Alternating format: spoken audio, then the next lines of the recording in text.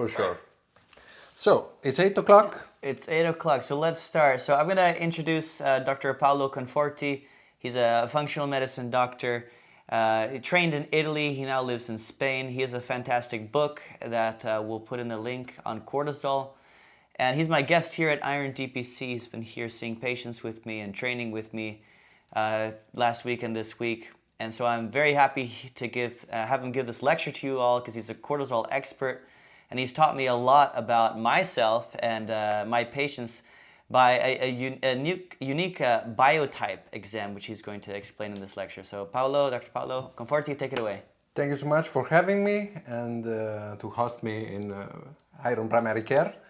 And tonight we are speaking about functional medicine, and I've been into different kind of functional medicine during my studies. And for example, French, German, Italian or American functional medicine, they have always some differences between them.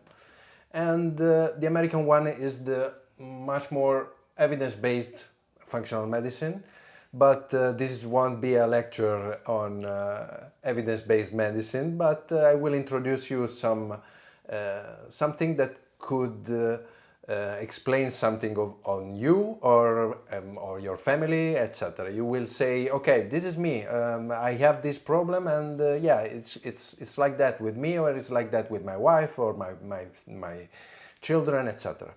So we try to explain this part. So functional medicine, we can all agree that is about prevention, okay? And normal medicine doesn't do a lot of prevention because they are much more focused on diagnosis, okay? When we already lost the health. So in functional medicine we have a laboratory panels that allow us to evaluate pre-pathological states, okay, and to act accordingly to correct the situation and we find. So start from here. The difference between health and disease. For the World Health Organization defines health as the state of complete physical, mental and social well-being, and not merely an absence of illness like before, okay? But I can add that pathology often comes after years of signs and symptoms ignored by various doctors and specialists, okay? Okay, I have this problem, I don't sleep. Okay, no problem, it's just stress. But stress kills, okay? So, or I have pain, or I have a poor digestion, okay? Most of doctors don't focus on this aspect, but is your body explaining what the problem that he has. So the root cause in functional medicine is an adaptation, a chronic metabolic imbalance to which the organism adapt, okay? And at school they always told us man has survived because we are an extremely adaptable species, but nowadays maybe is not a good thing. Because adaptability is always an advantage, maybe not now. And remember the story of the boiled frog, okay? In reality, adaptability to external stimulus is a double-edged sword because, because there are stimuli adapting my body in a positive way, making it more resistant to pathology, okay? And stimuli that adapt my body in the negative way, making it more susceptible to pathology, okay? And this is related to the concept of epigenetics, of course. Modification of DNA, not involved in changing nucleotide sequence, but directly regulating functional activation of genes and the ability of the environment and the lifestyle of the subject to regulate genome. Okay, now we know it. So an adaptation to negative stimuli can lead to chronic imbalance of fundamental body system, hormone axis, and Stefan will always check it on his panel, finding poor thyroid function, or Low progesterone. low progesterone or low testosterone, etc. Or problem with buffer systems, or problem with antioxidant barriers, or problem with liver detoxification system, okay? And finally, if no one is hearing this scream of the body for years, you finally get the pathology, okay? So, how do I adapt to an external stimulus? It depends on many aspects. On the stimuli, good or bad, on my biotype, and we will see something after.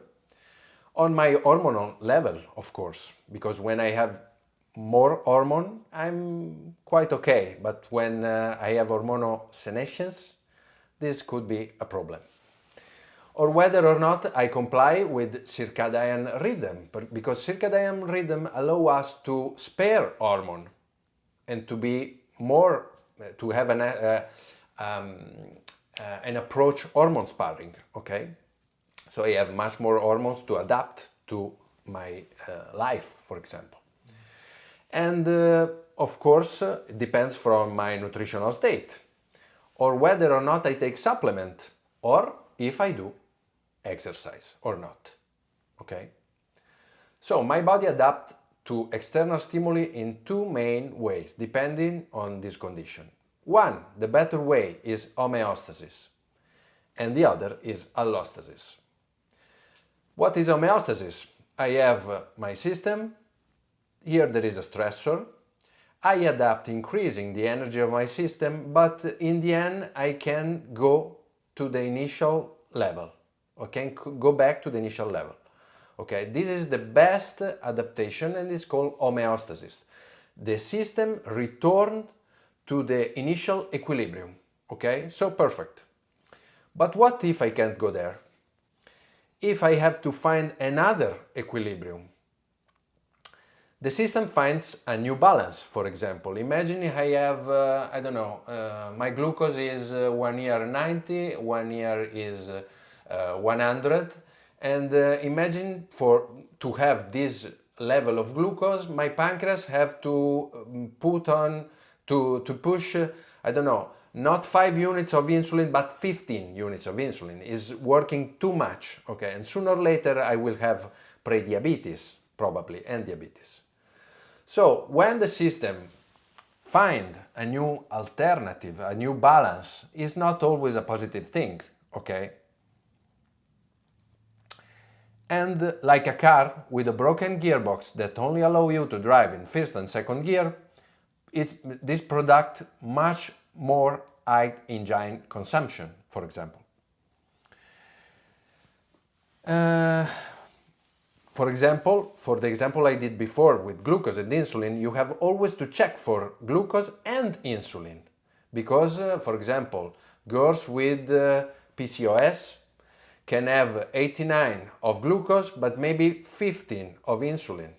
So they can be insulin, they can have insulin resistance, but if you don't check insulin, you don't know how that pancreas is working, okay? And a lot of doctors say that checking insulin in the morning is not good, because insulin in the morning is always low. It's not no, real. Not true. Okay. So in functional medicine, we have to check with panels where is the allostasis equilibrium that we got in our patient, and we have to use functional approach in order to bring it back, okay? So there is a correlation, can we, Yeah, let me make this smaller. Yeah, perfect. Better. There is a correlation between hormones and adaptation, okay? As I told you before, the more my hormonal axes are performing, the more I can do homeostasis, so the more I can have better answer. And the less performing they are, the more the organism will make allostasis, so worse response. And for example, when do you think we have the better response? Of course, when we are 20 to 30, okay, because we have the high level of hormones, of course. And why the nature set things like that? Because of course nature programmed us, like our ancestors, to range the age of reproduction in the best possible condition, okay? But what happens after that stage is our business, okay? And how we use or weight the gift the nature give us is our business, okay? So this allow us to have a good aging based on solid routine for the subject and bad aging based on bad habits, okay? And adaptility is an hormone dependent and hormone change with ages, of course, and we have endocrine senescence. So when we are young, we are a top gun, and maybe when we start to have hormonal deficit, the problems comes out, okay? And hormonal deficit is connected to this MUS, medical unexplained symptoms. Daily fatigue, tiredness, poor sleep quality, mood quality, palpitation, variation in bowel, alteration in body temperature, joint pain, alteration in libido, or in menstrual cycle, okay? There are all symptoms disconnected, not related real to one organ. So general practitioner doesn't understand why, okay? But they are first signs of problem, and they are related to little adaptation and a deficit, a hormonal deficit. And symptoms are all disconnected, okay? What they have in common is depletion of organic reserves and hormones, of course. There's a little bit of literature.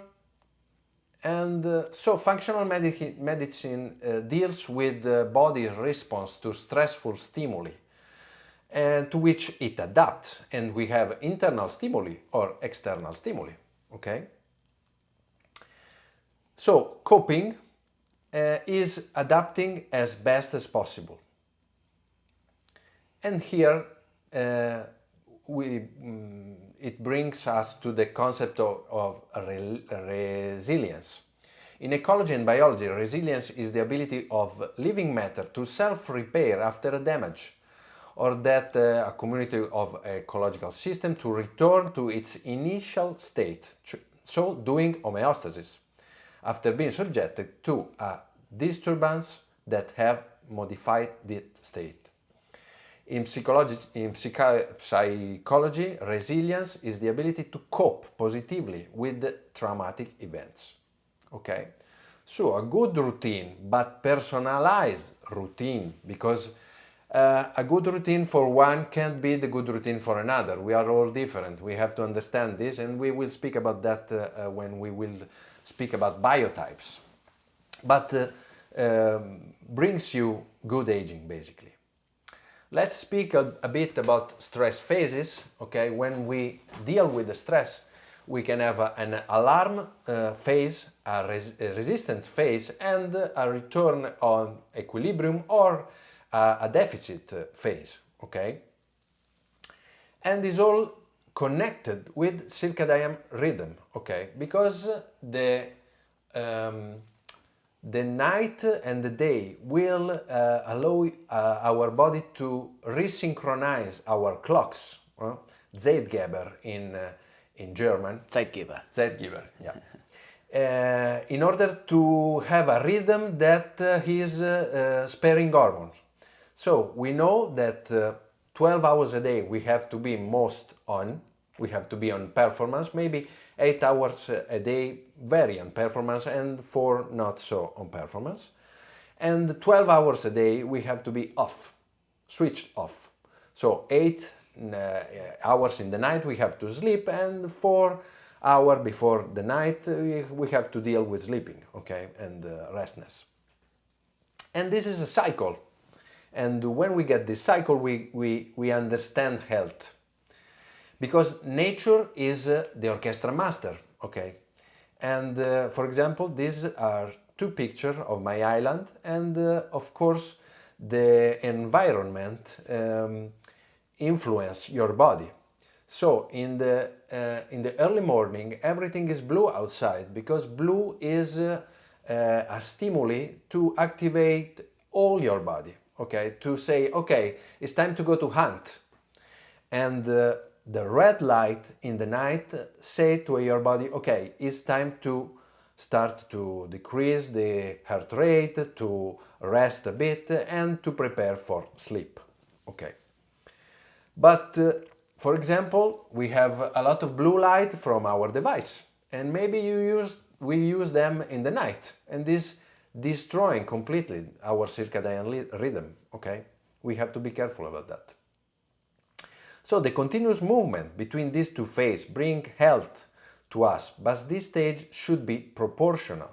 So you don't have to be too switched on, more than 12 hours, and you don't be to sleep too much, okay? Because the body do different things when it's on and when it's off.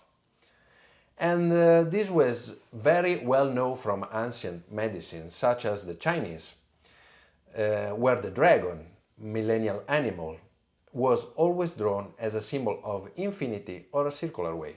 So the infinity passages between catabolism and anabolism, between destruction and reconstruction.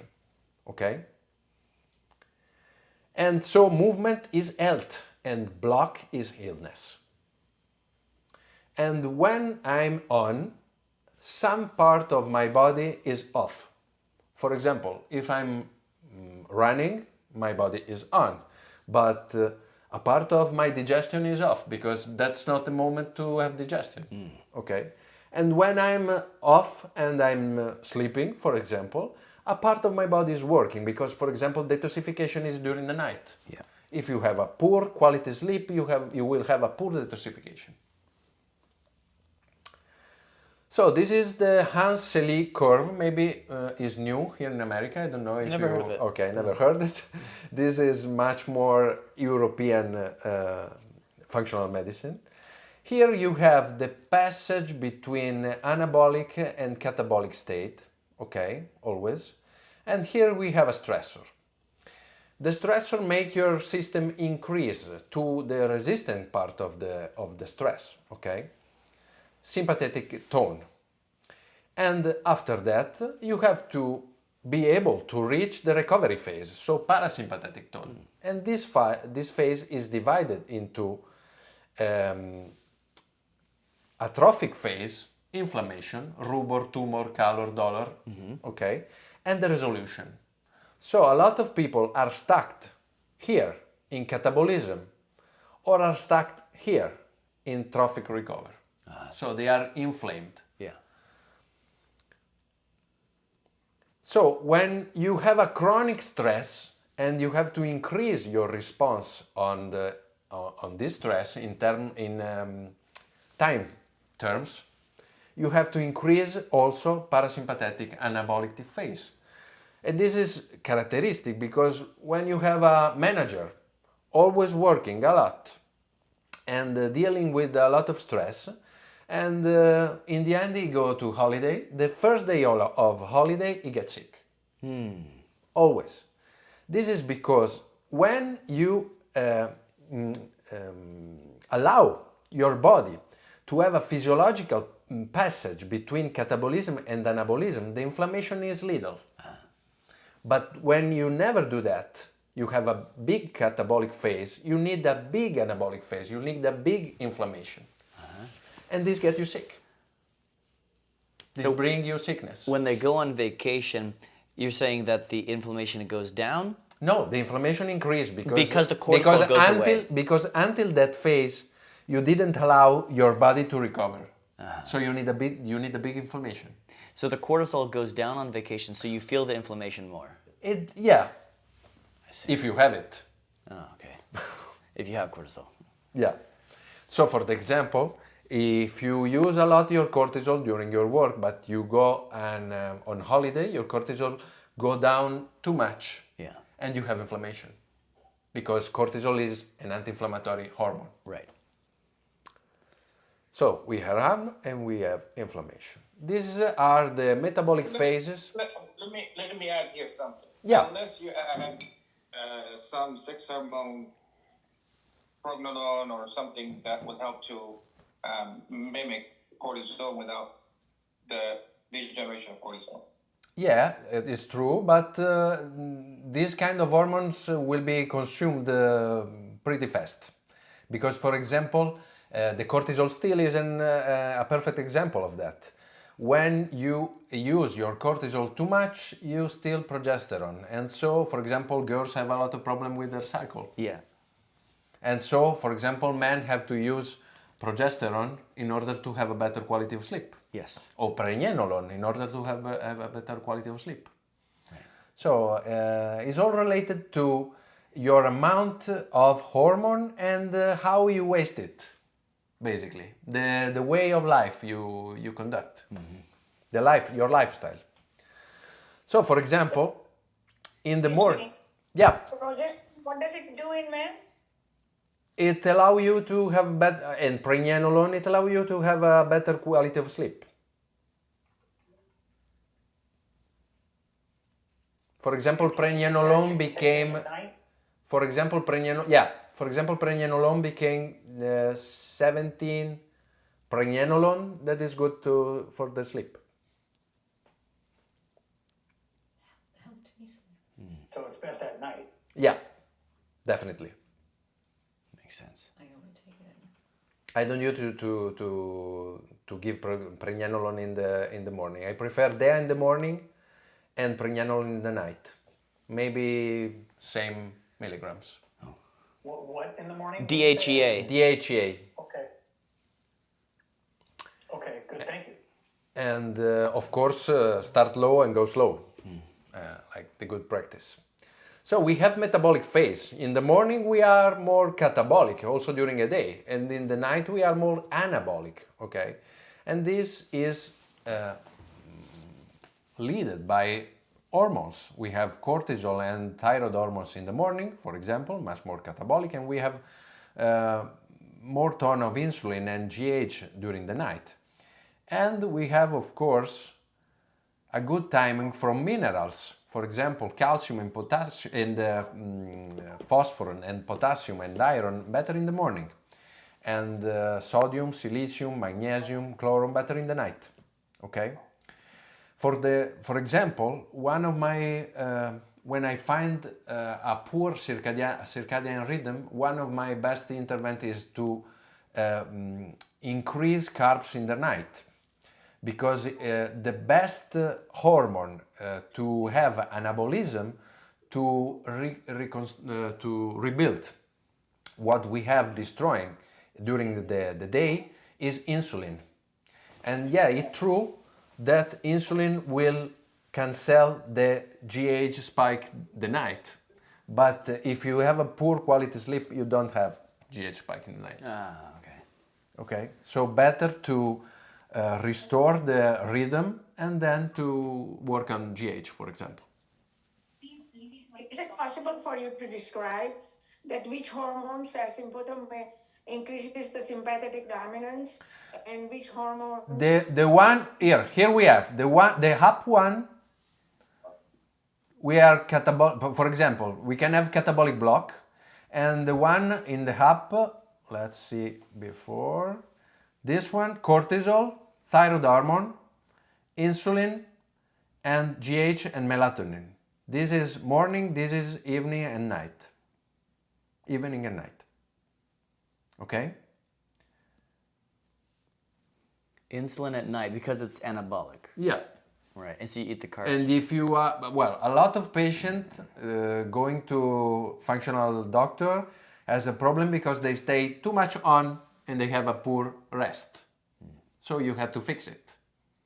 A lot of people too switched on and the poor anabolic phase. So you have to make equilibrium and you have to push a little bit the anabolic phase. And if you give them carbs in the night, it will help to sleep better. Right. Okay, so you're saying carbs would be better eating later at dinner. Yeah. More carbs at dinner. Yeah. If you have to fix this situation, so you have a a person saying that the sleep is poor, better carbs in the night. Of course, good carbs, not sugar. We are speaking about potatoes, rice, etc., legumes, etc. Okay. And then conversely, then the protein Conversely, animal protein in the morning, of course. So the breakfast shouldn't be brioche and cappuccino, but should be I don't know, eggs or avocado or No, that's and then how about midday? That's one that seems to be lacking in the literature. People don't talk a lot about what to eat midday. yeah. Well, midday it could be protein, but at little carbs. For example, some potatoes. Okay, they have a small amount of carbs and they and fibers, of course, and this is good for the lunch, for example. Because if you give too much carbs at lunch, you can have sleepiness in the afternoon. Yeah, exactly. Yeah, Okay, so a little of each. little. And you keep just the highest amount of carbs for the night. You don't want much insulin at night, right? Well, if you use the right carbs, so the integral, Whole grain. all grain carbs, you don't have a big spike of insulin. Is no more moderate, so it doesn't give you any problem. So you said that how much carb in terms of grams they can have? It and what depends type of- on many things. It depends if you are an athlete, you're not, if you train that day, if you are a woman, if you are a man, and a lot of things. Because, of course, if you train that day, your Your glycogen stores are depleted. sources are depleted, so you can have a little bit more. But if your lifestyle is to stay always in front of the laptop, you don't need that much carbs. Okay? Is there a way to come up with a generalized ratio type of thing? Like 2-to-1, 3-to-1, 4-to-1 protein in the morning, reverse it in the evening? What? He's asking if there's a ratio for the morning, how much protein to I know carb. we can't come up with exact amounts, I don't know but if could there it be a can be. ratio that works? I don't, well, no, I don't have a fixed ratio, okay? I used to make, for example, the diet could be 40, 30, 30. This is a good diet to start, okay? Basically, is That's the protein, amount. fat, carbs. Yeah, no protein, fat, carb. 40, 30, 30 is carbs, protein, and fat. Okay? So we have the most more carbs, but give it mostly in the night. So, for example, a meal in the night could be rice and legumes. Okay? Sure. Or And grains, that's fine. yeah, and rice and legumes give you good quality protein and not that much calcium that is activating, like in for example meat. Okay. Good. Okay. Thank you. Can I go further? Avanti. Okay, avanti tutta. So the problem is when we have this block. Okay, I told you before that illness comes from block, and we can have a catabolic block. So the patient have to be switched off, basically, because it's too much on. And anabolic block deal much more with inflammation. So he have joint pain, he have liquids, etc. Okay. So most of people are in catabolic block. They stay too much on and they have poor rest. They can't go off. So nature used to synchronize the body, but since we've moved away from nature, we don't have this possibility. Okay? And have you ever heard about heliotherapy? Yeah, light therapy. Yeah. This is very, very funny because when we think to our previous doctor in the previous century, we think we are much more evolved. Yeah. But we are not. No. No, because what was this for? Because This study in 2001, for example, show you that in an internal medicine, the people who have this, the window of their room at east, they have less hospitalization. Okay, so the one that were exposed to the first light on the morning have less hospitalization. Why? Because this create rhythm, rhythm create hormone sparring, hormone sparring can help you to heal. Okay? So these structures in hospital allowed patients to resynchronize their circadian rhythm with that of the nature. So this allowed them to consume less hormone and to speed up their recovery. Brilliant. Brilliant. But now we are in hospital with neon, with blue lights always, and so it's not good to heal people. No. So remember, we are adaptable organism. For better or for bad. So positive stimuli consistent with our biology keeps us healthy for longer. And here you can say blue zones, zones where there are centenaries. And they have something in common. They work a lot, they go to sleep early, and they have good quality relationship.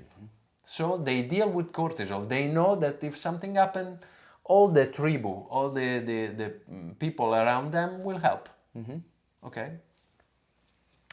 And negative stimuli that are inconsistent with our biology and makes us more sick. Like this. So, when we have to cope a phase of stress, we have two ways. Asthenic phase, where I have resilience and I can do homeostasis for a period, and an asthenic phase. Okay, when I'm in hormonal deficit and so my resilience is not good, and we have been through allostasis for a long time, and we don't have no more resilience. Okay. So, asthenical phase, the organism is able to deal with the stressor in a subclinical or pauci-symptomatic way. We don't have a lot of symptoms because we are facing it. Middle phase, organic resources begin to fail and we can have some symptoms. And asthenic phase, organic coping resources are exhausted. Phase of symptoms or full phase pathology. Okay? So as functional medicine, we have to detect how much allostasis is in my patient and we have to bring it back. So where to start? The neurovegetative system comments. So always ask to your patient how much is on and how much is off during the day, a normal day. Okay? And we have to rebalance the circadian rhythm. Always. So the functional anamnesis, why is coming to visit, data about sex, about age, about weight, age, what kind of work it does, and is perceived as stressful, because this can be a good point. Is it stressful? Right. Yeah, always, quite always it is. And classical history, family, remote pathological, recent pathological, etc. And the most important one, the functional anamnesis, is about physiological things of the body. So how do they sleep? How do they eat? How do they digest? What are the bowel conditions? And for the woman, what is the cycle like? Or for the man, there are morning erection or night erection or not? How much water they ingest? They drink alcohol, or do they need exiting agent like a lot of coffee, or a lot of the energy drinks?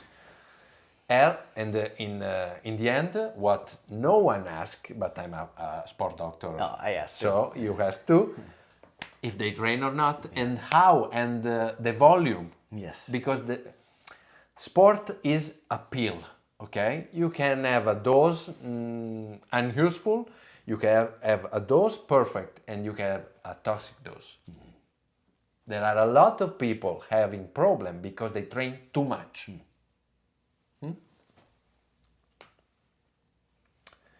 And so avoid stupid things that that waste your capacity and your hormones. Light, blue light at night, or night exercise. For example, people exercising in a moment, we have to rest.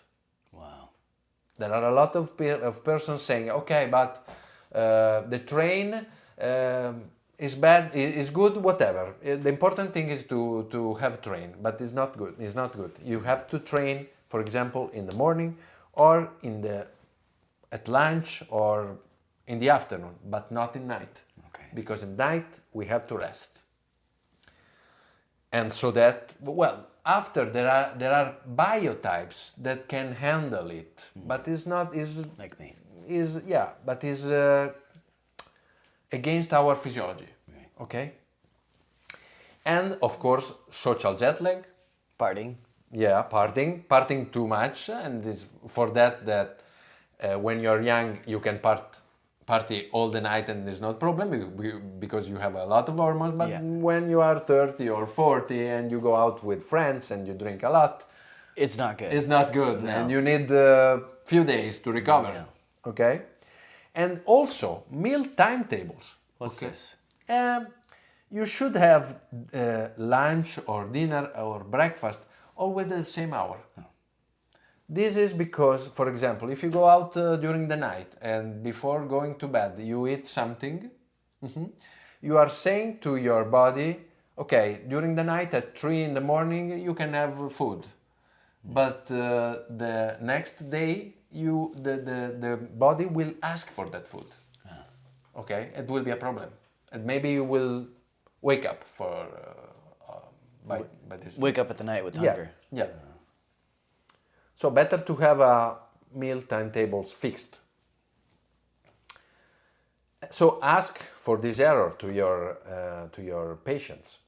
So the body reads stress in one way and has a precise amount of stress it can handle.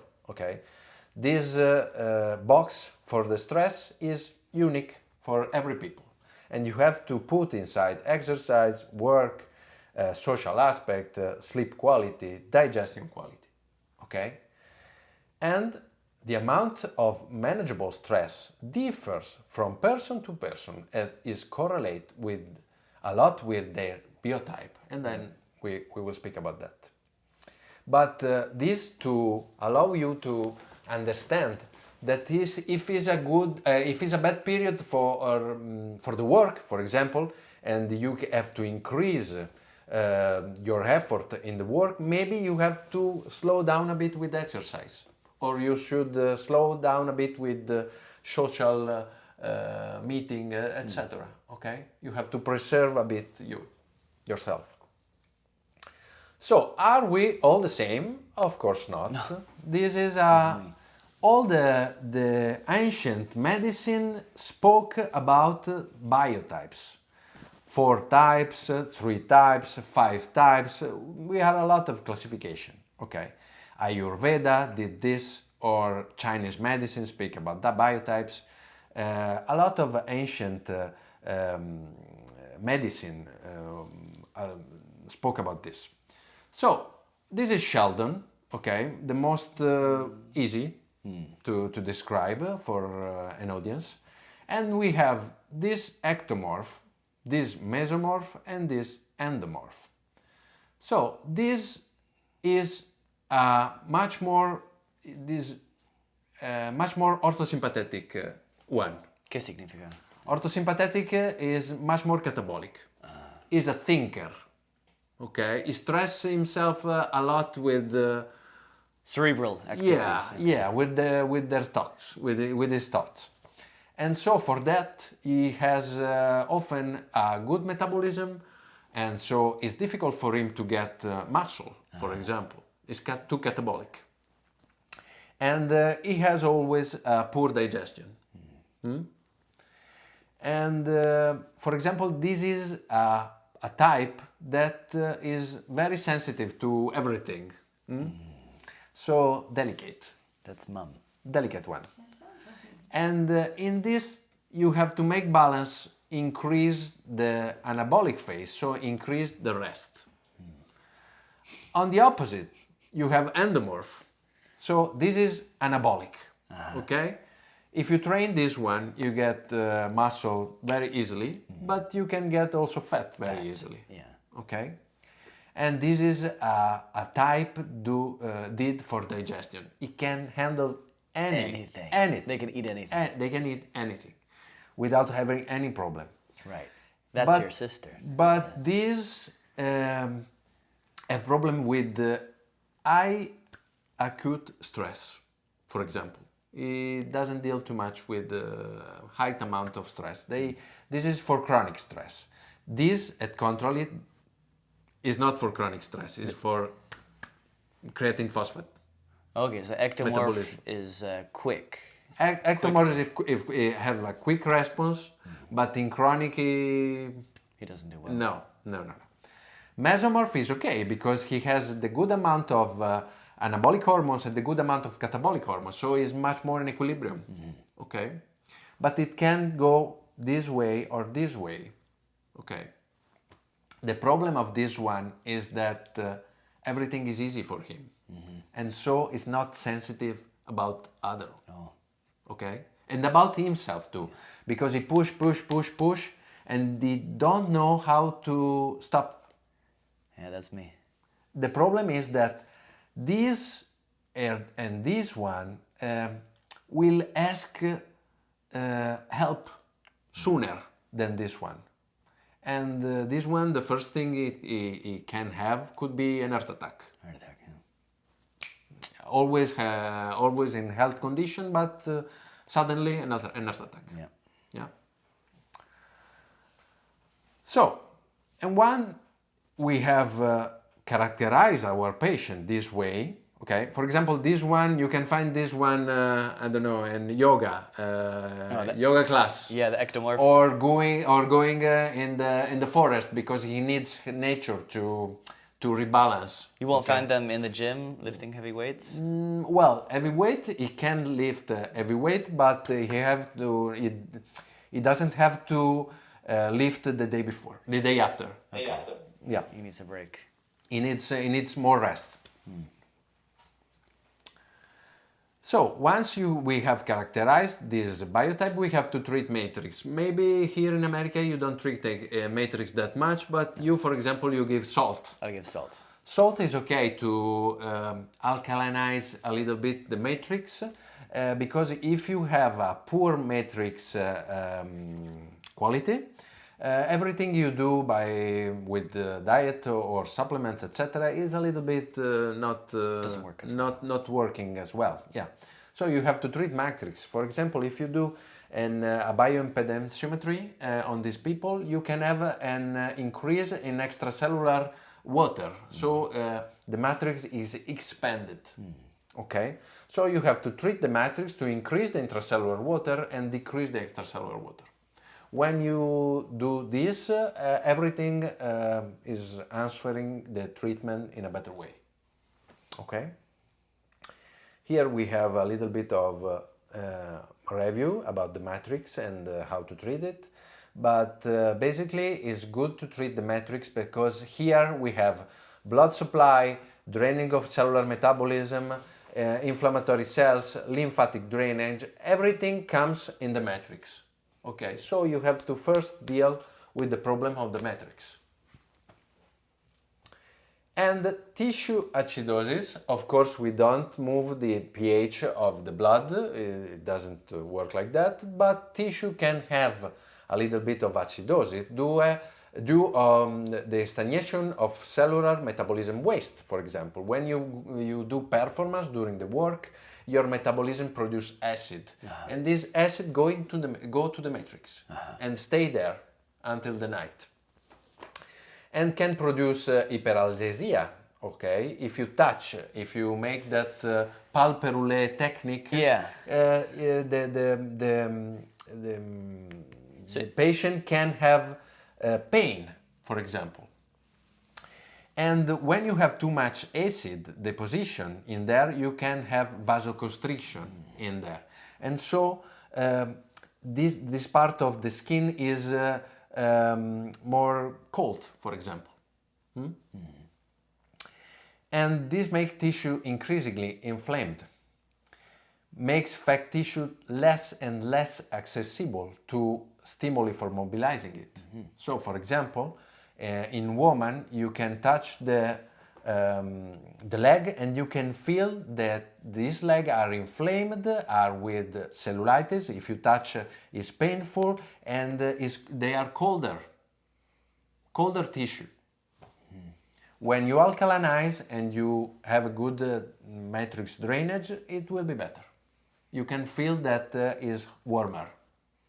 That was interesting. Something you pointed out to me is that cellulite in the female is from a tissue acidosis. Yeah, of course.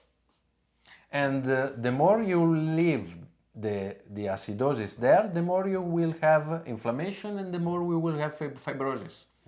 So better to deal with it soon. Is that what fibromyalgia is? Well, fibromyalgia is a so complex syndrome and is related also to this, but also to low hormones, also to low quality sleep, also to depression. It's a very complex syndrome, very complex. Now, real quick, matrix and tissue, same thing. Yeah, kind of. You have to treat tissue, to treat matrix before. It's not the same. Okay. Wouldn't you say that in overall, there's a high degree of sympathetic dominance in many of the patients? With Of course, fibromyalgia, of course, of course. They don't have a chronic fatigue.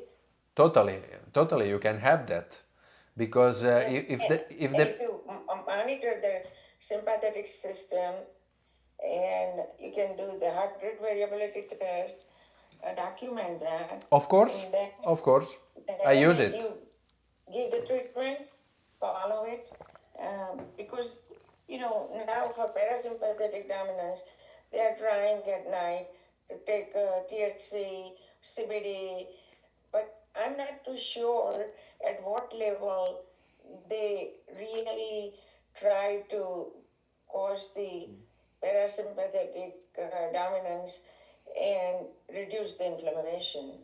Well, if you are in sympathetic dominance, It does affect the HP axis and lowers the testosterone level. I have multiple young males having low testosterone level, and they are taking THC, more of a THC in the evening to relax themselves. They stop drinking alcohol and they are taking THC. So we have to find out what is the role of THC in HP axis and on pituitary gland to reduce the testosterone level. I will recommend to have carbs in the night and a great quantity of magnesium in the night. Better than to take CBD or other stuff. Marijuana. Yeah, of course.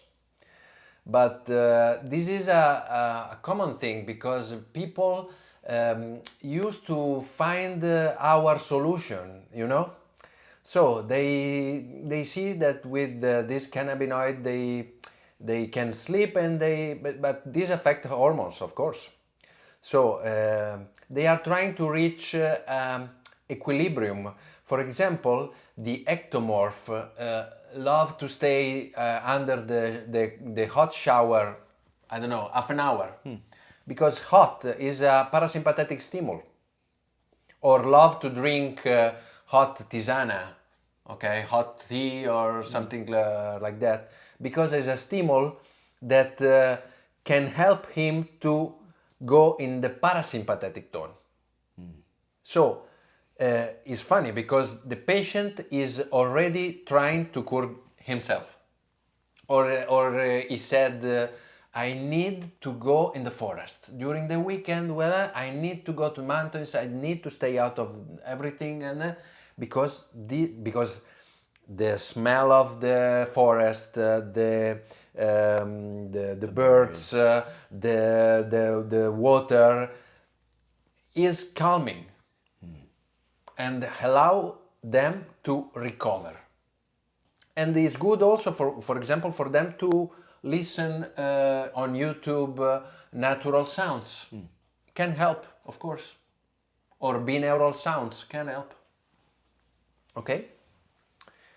So, do you have the experience of having the low testosterone in a young male between young means not 30 years old, Of 20 course, years old. of course, But of I'm course. talking about Of 40 and course. 50 on THC. And if it is so, what is the mechanism? Well, because they don't have the parasympathetic phase, and the testosterone is produced at night mostly, like GH, like growth hormone. So when the sleep is not good, you don't have a good production of testosterone. And furthermore, They are sleeping well. When they take THC, they are sleeping maybe well. they feel they're sleeping well, but if testosterone is low, I think someone they have to fix something. And of course, if they use this cannabinoid, this doesn't help the testosterone rhythm. Okay. And another thing I can say is that after the pandemic period, I find always all the hormones very low. All. And for example, when I used to test cortisol before the pandemic period, it was frequent to find people with high cortisol, okay, because they were stressed, etc. After pandemic period, I always find flat curve. They don't have the cortical awake response in the morning. What's the problem? The problem is that the cortisol is the master of your circadian rhythm.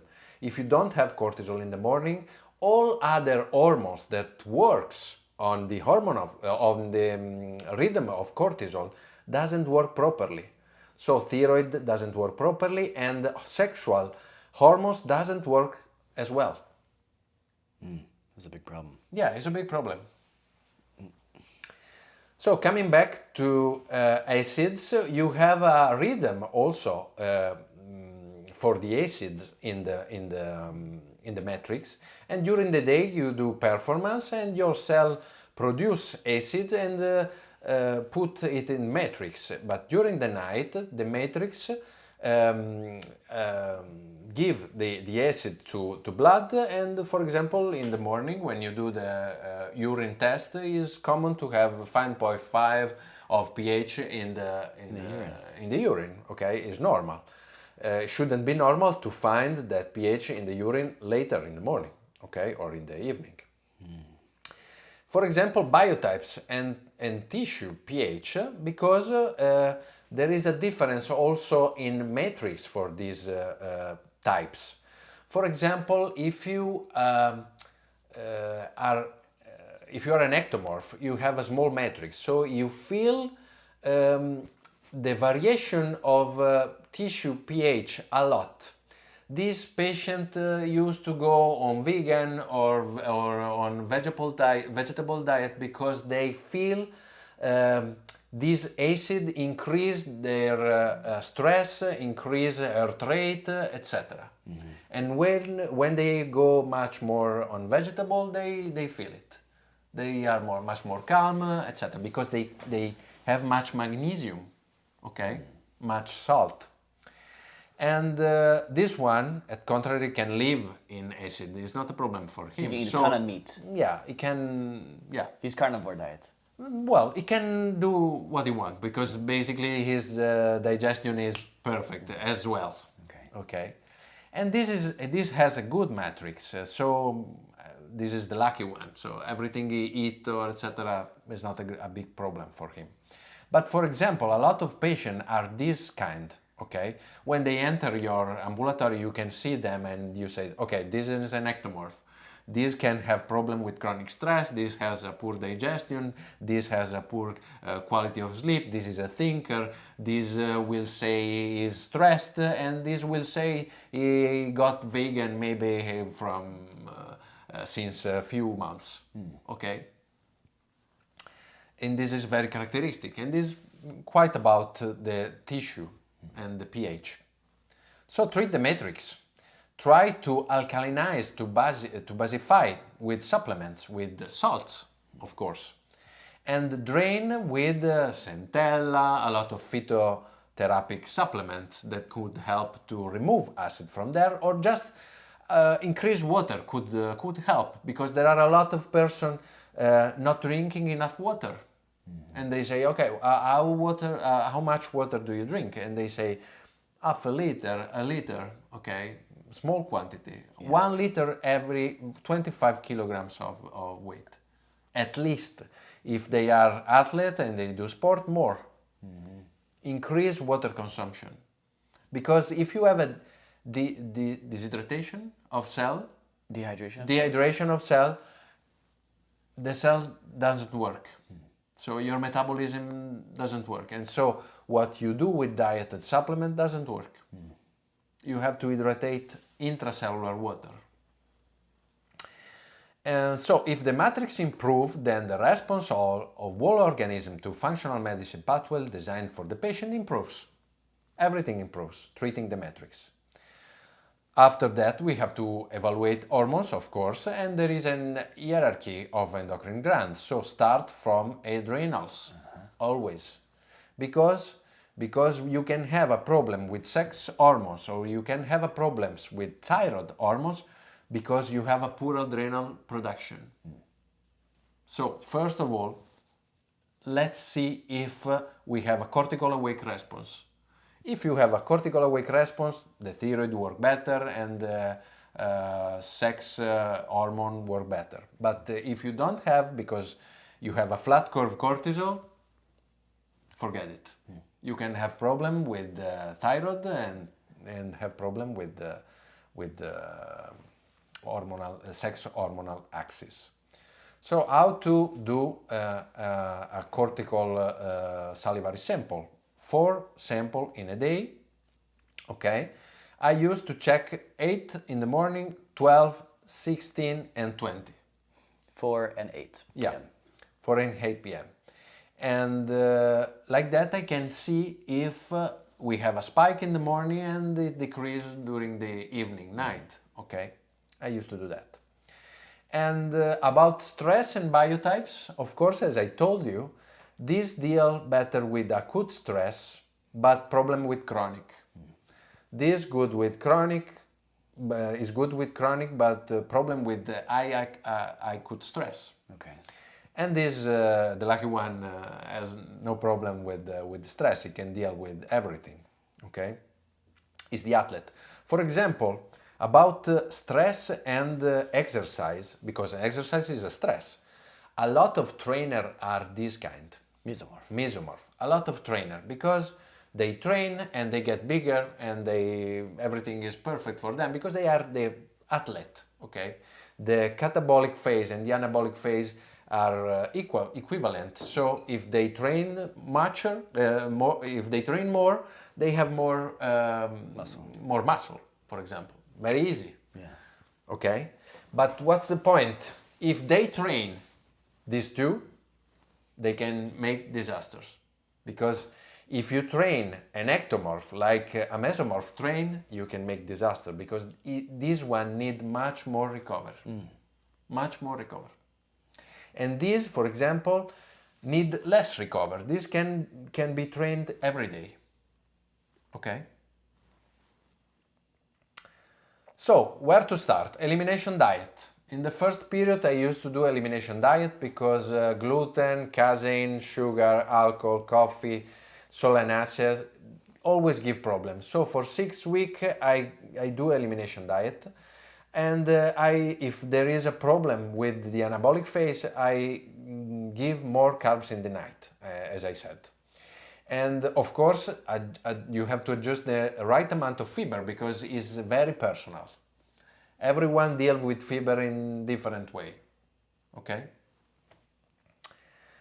And how about exercise? In this phase of equilibrium, I don't push that much exercise. So exercise should not be extreme at this stage, because the body will already have to make several adaptations.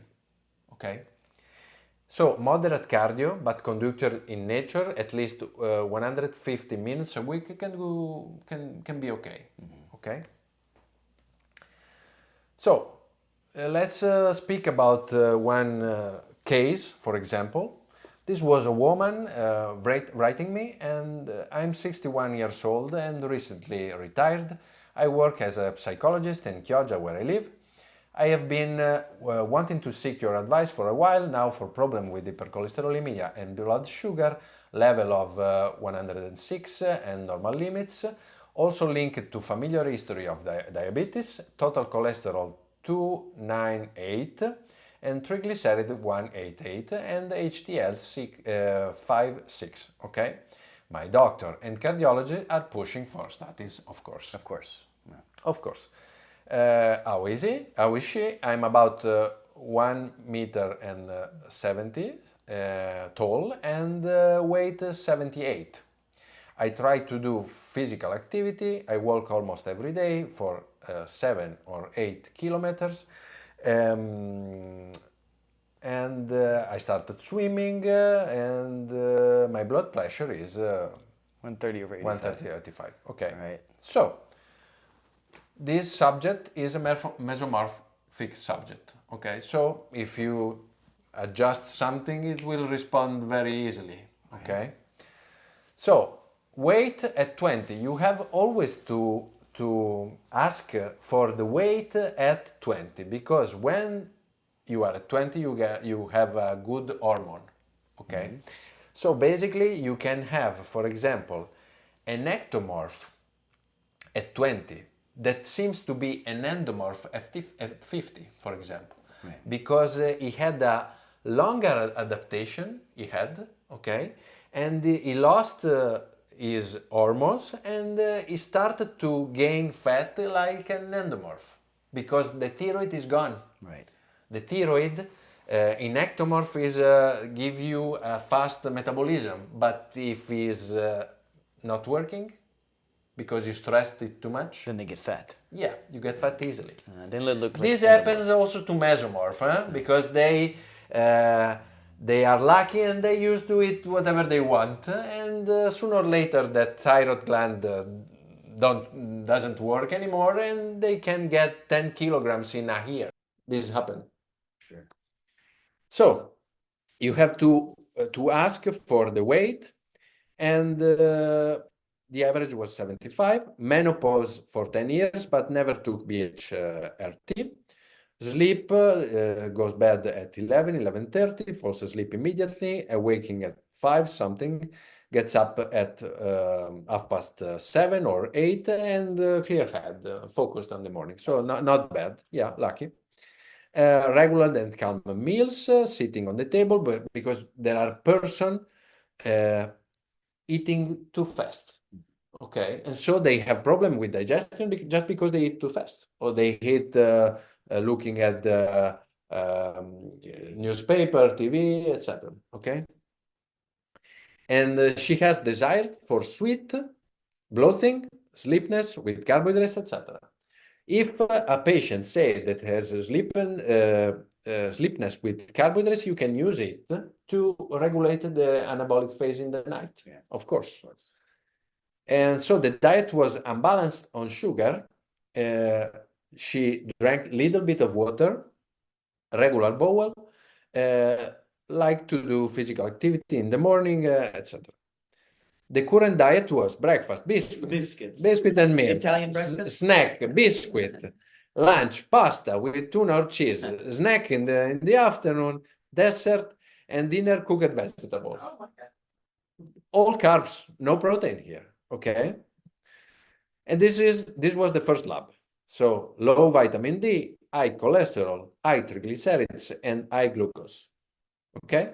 So diet moderate in carbo, supplement for insulin sensitivity, alpha lipoic acid, omega-3, magnesium, chromopicolinato, etc. Everything to increase the insulin sensitivity, and aerobic and anaerobic training, but not that intense. Okay.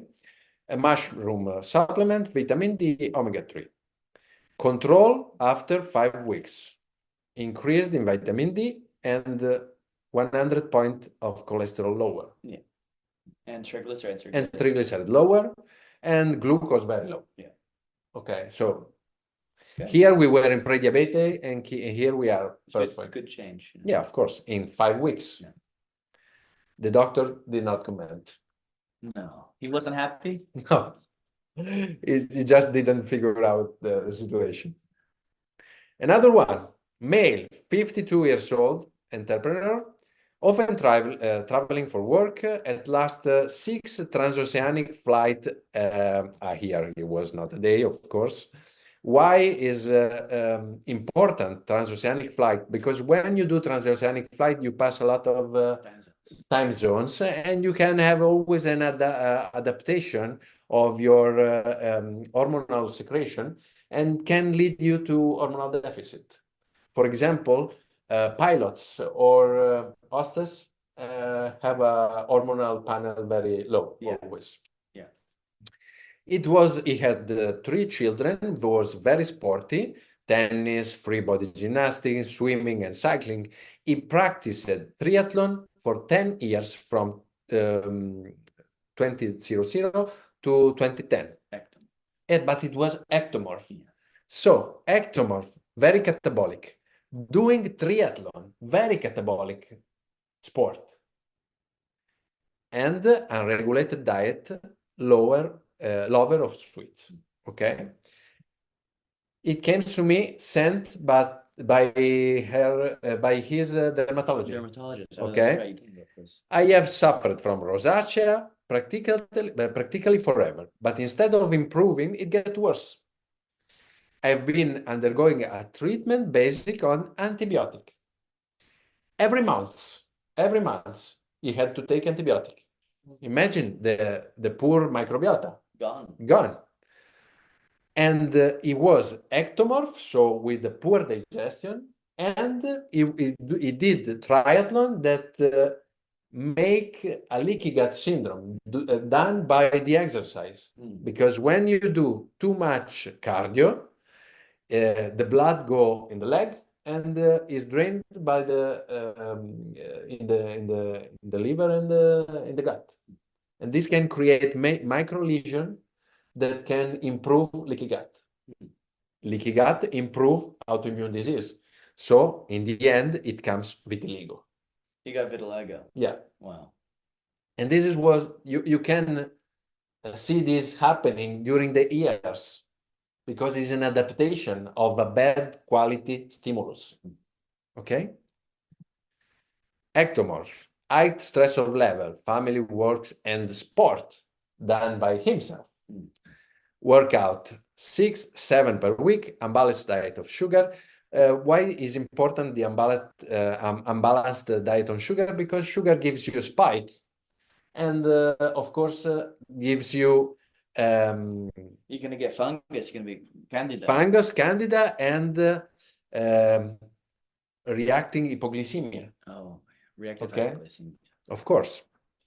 And this will affect hormones, because most of the times the cortisol increase in order to balance that glucose.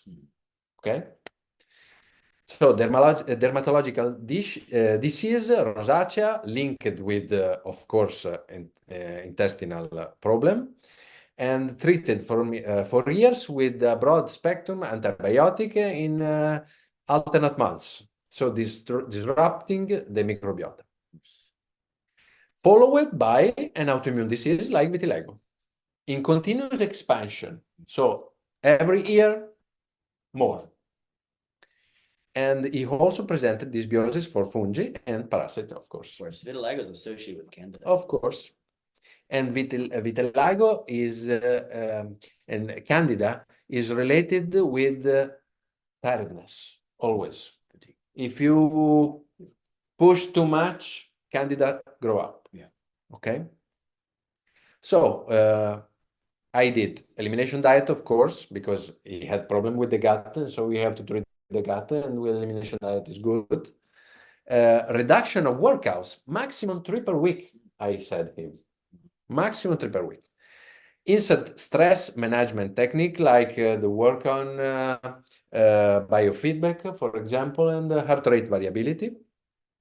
I gave zinc, L-glutamine, and curcumin in order to treat that gut. Supplement for fungi and parasite. High dose of vitamin D and normal dose of vitamin K2, because high dose vitamin D allows you, when you have an autoimmune disease, you have to give much more vitamin D. Right. You have to stay 90, 100. Yeah. Okay. When you have a normal subject, you can stay 60, for example, on vitamin D. But if you have an autoimmune disease, you get to go high. Right. Vitamin A, omega-3, adaptogens for stress, ashwagandha. You can start, you don't know, you feel your patient has stress, but you don't know is in the alarm or resistant phase or is in the deficit phase. You can give ashwagandha anyway. It's good. Okay. Prebiotics and probiotics, of course, and ozone therapy, of course.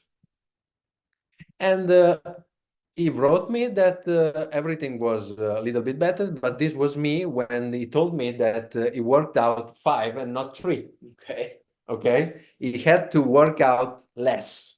Man, that'd be hard for me. I know. For him too. But in this subject, for example, exercise is a way they get to create equilibrium. So he was so stressed by her life that going running, for example, create an equilibrium. Right. Okay. The problem is that running that much were affecting his gut. I can think of a patient that does this. Okay.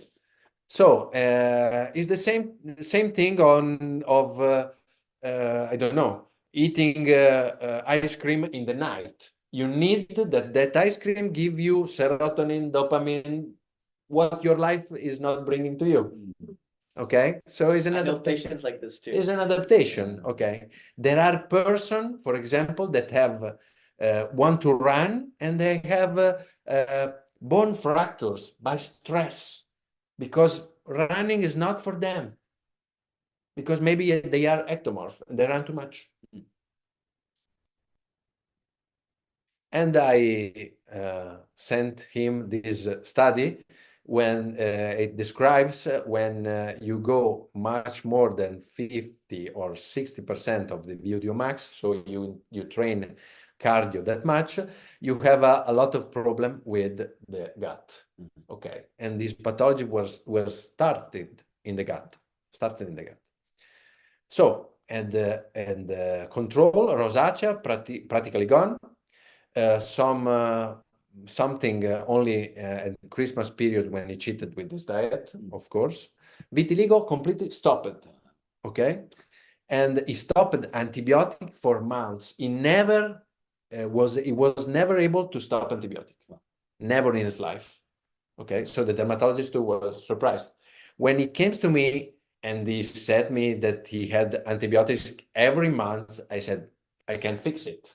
Okay, because when you take an antibiotic, you destroy your microbiota for years. Yeah. So I said, okay, let's try, but I wasn't okay.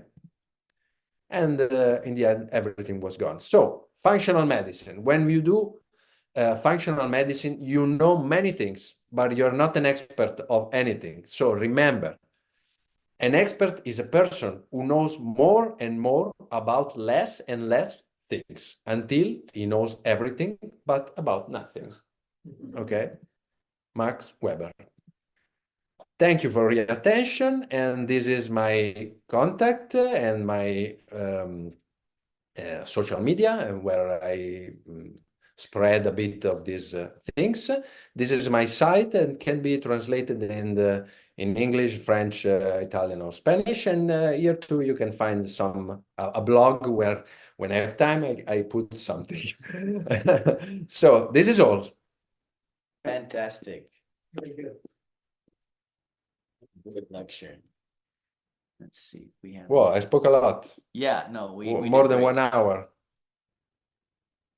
See if we have any questions. People are stressed.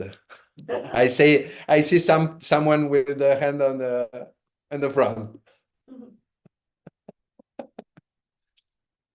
Logan says, "This is why I tell Stefan I can't exercise at night. Makes me too hyper and energetic." Of course. No question?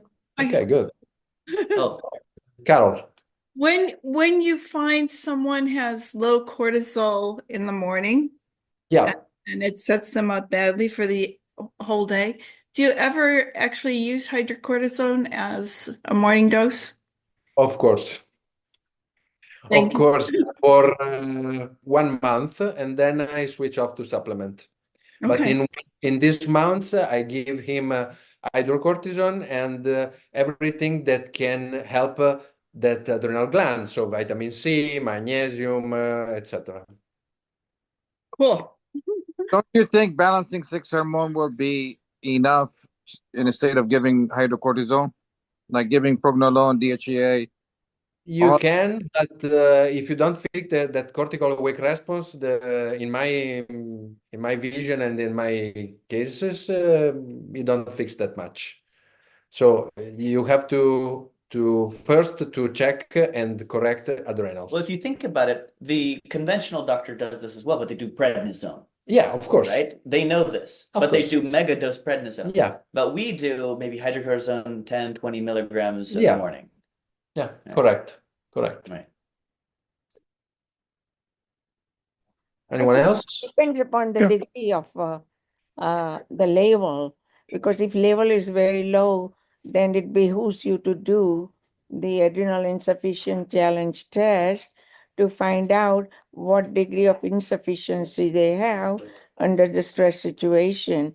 So if they have it, your patient may require to have cortisol or the Cortef for a longer period of time. So you cannot just throw Cortef in the morning and thinking that things will be better. You can do it maybe for a shorter period of time. But if you're a practitioner of functional or environmental medicine, you really want to know that what is disturbing this axis, and are there any other toxic agents, infectious agents, what type of inflammation is there? You have to in check order for to do camp that. disturb. Yeah, you have to check for everything is disturbing that axis. Yeah, of course. You're right. But the patient feels better sooner. I mean, the patient's struggling a lot. Right. You can do it adrenal challenge test on day one. What is this challenge test? They have 30, 40 questions. And if they have 30 questions positive, I think, depending upon the state you are practicing, but the state where we are practicing, and if you arbitrarily put the patient on Cortef and telling that patient is feeling better, it doesn't work in New York State. Oh yeah, New York is difficult.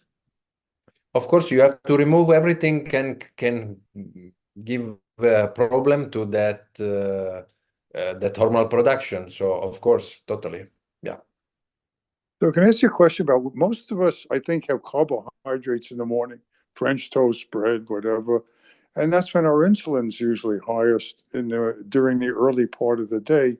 You're recommending our insulin should be higher at night because it's anabolic. Is basically, so we should have you did say carbs at night, so our insulin will be higher at night. Is that what? If we are speaking of catabolic block, so you have a person mostly that is much more switched on than what they rest. Yes, totally. And carbs in the night is better, and protein in the morning is better because you have a big catabolic state. So protein will help you to sacrifice those proteins instead of your body. Okay, interesting. Thank you. Very interesting. But isn't that the Italian culture does that a lot? Oh, I'm not. More pasta I'm not and more protein in the morning and the afternoon. I mean, No, that's no. my In experience when Italy, I in Italy, visited. we love to have cappuccino, brioche, and biscuit in the morning, but it's correct. Yeah, pastry.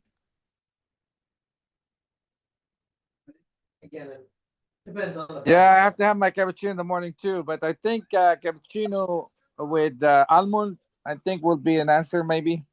What do you think? Well, it depends because in almond milk you can find a lot of poor oils. So no, Right. it's You not know my that, choice.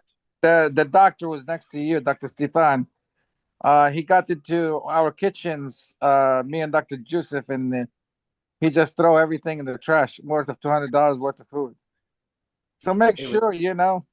I think I've seen a video or something yes, like that.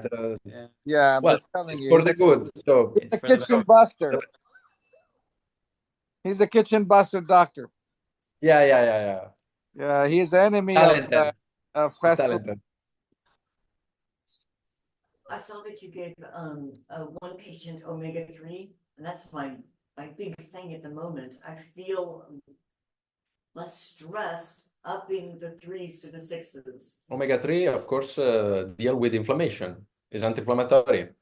Of course, if you have, for example, in bodybuilders, big exercise, big intensity training, and they have a lot of DOMs that they after you can increase omega-3 and have an anti-inflammatory effect. Basically, you don't have to do that much because they are delicate supplements. Light, hot, will damage. Oh, right, yeah. Yeah, Gotta will be damage. careful with fish They oil. have, and it has to be a good quality because, for example, good omega-3 have to be in a dark box, have to be vitamin E or astaxanthin in order to have antioxidant, yeah, inside because otherwise can be better not to take. Yeah. So Do you this think thing, olive oil will help in preventing the steal of the cortisone, especially at my grandfather? He died at the age of 100, but he has a routine. Every night he takes a cup of tea, like a small big spoon of olive oil. Well, everything that is not sugar in the morning is okay. So someone take the coffee with the coconut oil, bulletproof coffee, Oh, yeah. or with butter, He's taking etc. it at night so he doesn't feel hungry at night, so he can sleep. Something has to do with olive oil at night. It Helps you suppresses the sleep. appetite. High polyphenols Could be, suppresses appetite. could be, totally. I want to make one quick comment on something Dr. Patel said. If we could go back kind of earlier in this thing, having to do with THC at night to help people sleep, and that's wonderful. If you find that it's affecting testosterone levels, if there's any issue with that, one unscientific thing that you can do is ask the people if they remember their dreams. Taking THC at night, if you don't remember your dreams, your dose may be too high. How about CBD? Won't affect the dreams. But the CBD as a negative allosteric modulator will block the uptake of the THC to the receptor site, and CBD will make THC last longer in the body. Okay. So it's so just that an means that they can take unscientific a thing. lower dose, right? I'm sorry? So that means they can take a lower dose of THC Yeah, to it's prolong one, the yeah. effect of with the CBD. Yeah, you can take a lower dose of THC as long as you use full spectrum that has THC and CBD, CBG, CBN, all of that. You want to make sure you do that. But again, if people don't remember their dreams, suggest that they cut down the amount of THC at night, and it should still help with sleep without being too high. But you know what bothers me is the most that these are very high functioning executives. Sure. And they have a super high sympathetic dominance during the day, and 5, 6 o'clock they feel they are burned out. usually they drink alcohol, going away Ooh, from alcohol. They think that, okay, THC may be a better alternative. But then still it hasn't affected with the low testosterone level, it has affected their sexual function. yeah, But levels are low, and and I think testosterone has a more biologic effects other than as a sex steroid. So the sure. musculoskeletal system, the neurodevelopmental system, the neurocognitive system. And I'm just thinking that what would be the long-term effect of that at 20 years later? Are they the one they are more predisposed to develop the Parkinson's, neurodegenerative disorders, or there are so many Mhm. low neurotransmitter effect, more Sure. inflammatory effect. No, So that's a great point. that should be our discussion, because if we are practicing the chronic degenerative disease prevention, so we have to know, and if we don't know enough now, then somebody has to look into it, find the answers, and provide, and let's have open discussion.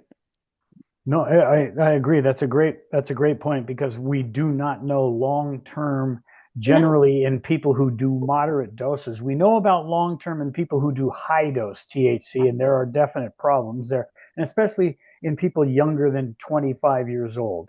Then you have uh, cognition problems later on. That's kind of been shown, What about the but high dose? Because if they're high watch dose, out. we know the side effects for the high dose. We High can dose say is that horrible. they can have a hormetic effect, and they may have the Yeah. same effect at a lower dose. So can you mention the few higher dose effect? Yeah, the one big problem with the higher dose effect and this, and we don't know the exact dose and we don't know the time frame, but it is hyperemesis syndrome. I'm thinking you might have heard of that. People who use high dose THC for a long time get this hyperemesis syndrome, which is absolutely crazy. It's just complete vomiting all of the time, Right. and the only thing that knocks it out is a warm shower. It's the only thing that will stop it. We don't know why. But the other thing, too, is if a person does exhibit that, you can never go back to THC again. There is no length of time you can stay off of it and then retry it. You will get the hyperemesis syndrome. So, a lot of things they're finding out now are dose dependent. And as you said, I mean, as Dr. Paolo said, I mean, if we change a little bit of the diet and maybe eat more carbs at night and protein during the day and fix the circadian rhythms and all of that, then your patients on the THC, there's a possibility to start lowering the dose, which would be great. Well, a hyperemesis syndrome, you can say that, okay, is it from the gastric motility if it reduces, and there's a high degree of gastric fluid and total amount, yeah, they are going to have a hyperemesis similar to when they have during pregnancy in a small population of pregnant women. Sure. But what I'm wondering is about the neurocognitive problem, because we are in a stage of influx of the chronic inflammatory and infectious and degenerative diseases. And Hmm. we don't know the pathophysiology of the development, and what is the current trend and how the current trend is affecting it. It's very important that Yes. we can Yes. we can point out. And I mean, they think, oh well, my sexual function is fine, so I rather continue to do it because I just cannot do without. And how can I increase my, and then they will go to the physician who will not address that problem, and then they will give them the hormone replacement therapy, which is also like a double sword, right? Right, right. And then, I mean, you got to fix the toxins and all of Yes, the heavy metals are going absolutely, to affect that. absolutely. And everything. I think if that's combined with what Dr. Paolo said, there's a great chance. And this I would almost consider a lifestyle change.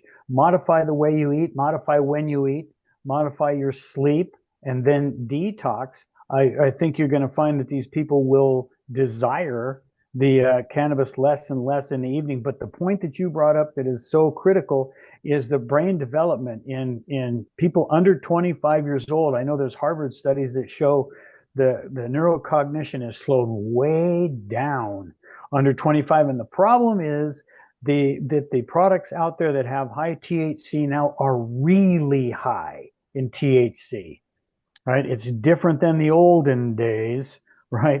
Nowadays, it's so high and it can be very detrimental. And that would be my worry for your patients in the evening. If they're taking too high a dose, they shouldn't be on anything more than 1 milligram of THC, maybe 1.5.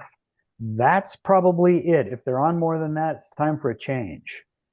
Is there anybody has experience of THC or CBD versus taking kava kava or valerian root or similar?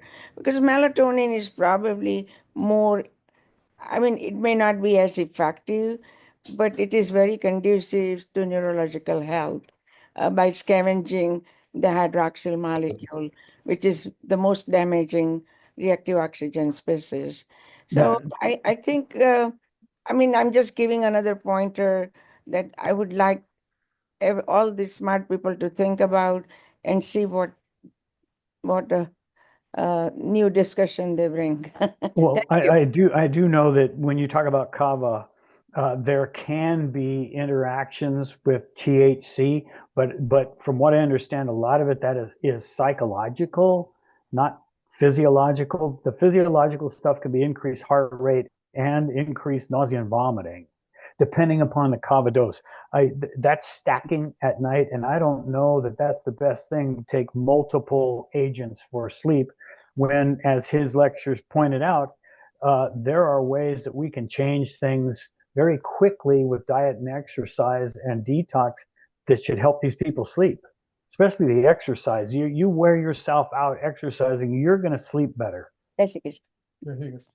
If I can say You know, something about Polynesian culture, they use quite a lot of kava kava. And if it was just the psychological, it's less likely to say it is psychological because it does have some effect on the sleep. But I don't know what it does to the sleep cycle, what it does to the depth, what it does to the alpha rhythm. So, it may be worth looking into it. And thank you, everyone, for my. Thank you so much. I can say the last thing about hormonal therapy, and I would like to say that, in my opinion, hormones should be a gift for the patient. If he does everything correct, I give you hormone, okay? But for example, when I do hydrocortisone in a person who is a manager or something like that, he feel better immediately, okay? But it should be clear that I'm not doing that in order that this subject will work more, okay? So I'm not giving you hormones because you don't change your life and you push anyway, okay? So I'm totally remove all the field of disturbance, okay? Toxic, microplastic, sleep problem, gut problem, etc. And then if everything is done correctly, you can give hormones, but as a gift, as I said. But I mean, if there is a thyroid problem and adrenal problem, you would prefer to treat the adrenal first before thyroid, correct? Absolutely. And can you expound a little bit on it for the audience? Why? Well, because cortisol is catabolic and thyroid hormone is catabolic too. So it happens that when you are in stress and you increase your production of cortisol, the thyroid used to go down. And then you have, and when you have high amount of cortisol, you can have leaky gut, for example. Leaky gut leads to antibodies blocking thyroid often. So you have to check, of course, all the panel of thyroid, but you can fix first the adrenal gland and then check if there are antibodies, and you can treat thyroid, of course, with supplements, with zinc, with vitamin D, with selenium. Everything is okay, but keep the hormonal treatment